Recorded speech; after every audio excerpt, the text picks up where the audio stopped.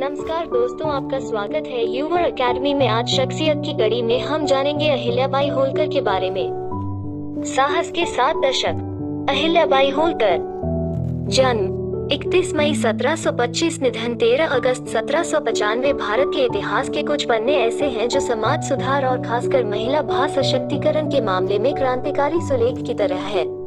दुर्भाग्य से अस्मिता और सामाजिक न्याय के स्वाधीनोत्तर सरोकारों और व्याख्याओं के बीच अतीत की प्रेरणा को ज्यादा अहमियत नहीं दी गई। ऐसा ही एक प्रेरक नाम है अहिल्याबाई होलकर। महिला विरोधी हालात की जिगरबंदी से उठकर जिस तरह अहिल्या एक लोकप्रिय प्रजापालिक के तौर पर सामने आई, वो अपनी मिसाल आप है।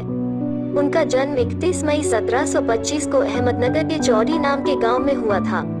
उनके पिता मनकोजी राव शिंदे गाँव के पाटिल यानी मुखिया थे।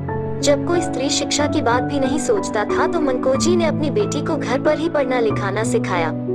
अहिल्या किसी राजसी परिवार से तो नहीं थी, पर उसकी किस्मत में महारानी बनना लिखा था। दरअसल पुणे जाते समय मालवा के पेशवा मल्हार राव होलकर चोंडी गांव में विश्राम के लिए रुके। यहीं उन्होंने अहिल्या को देखा। 8 साल की लड़की निष्ठा से भूखे और गरीब लोगों को भोजन करा रही थी। यह देख मल्हार राव ने अहिल्या का रिश्ता अपने बेटे खांडेराव होलकर के लिए मांगा। 1733 में खांडेराव के साथ विवाह कर कच्ची उम्र में ही अहिल्या मालवा आ गई। यह सौभाग्य तब शोक में बदल गया जब अगले ही साल कुंभार के युद्ध में उनके पति वीरगति को प्राप्त हुए। पति की मौत के बाद अहिल्या ने सती होने का फैसला किया तो उनके ससुर मल्हार राव ने उनको सती होने से न सिर्फ रोका बल्कि बहू को राज्य की बागडोर सौंपने का मन बना लिया। तब अहिल्या ने भी सती प्रथा के खिलाफ आवाज बुलंद करते हुए कहा, मेरी मृत्यु हो जाने पर मुझे सुख मिलेगा, पर मेरे जीवित रहने पर लाखों प्रजाजनों को सुख मिलेगा। धार्मिक पाखंड के खिलाफ यह उनका पहला विद्रोह था। धर्म के नाम पर स्त्री को शिक्षा और राज करने का अधिकार तब नहीं था। इस पूर्वग्रह से भिड़ने का निर्णय लेते हुए उन्होंने दूसरा विद्रोह शुरू किया। अहिल्याबाई के धैर्य और साहस की बड़ी परीक्षा तब हुई जब 1766 में उनके ससुर ने भी दुनिया को अलविदा कह दिया।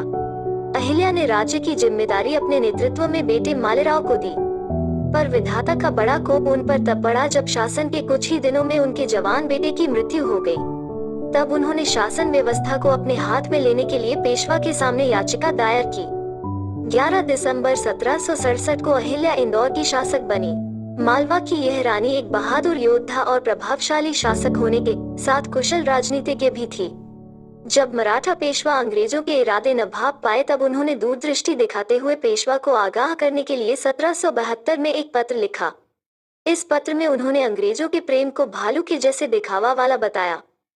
इंदौर उनके 3 दशक के शासन में एक छोटे गांव कस्बे से फलते फूलते शहर में तब्दील हो गया। मालवा में किले सड़कें बनवाने का श्रेय अहिल्याबाई को ही जाता है। उनकी राजधानी माहेश्वर साहित्य, संगीत, कला और उद्योग का केंद्र बनी। उन्होंने अपने राज्य के द्वार कवि मोरोपंत, शाहिर अनंतांदी और संस्कृत विद्वान खुसाली राम जैसे दिग्गजों के लिए खोले। वो हर दिन लोगों की समस्याएं दूर करने के लिए सार्वजनिक सभाएं करती थी।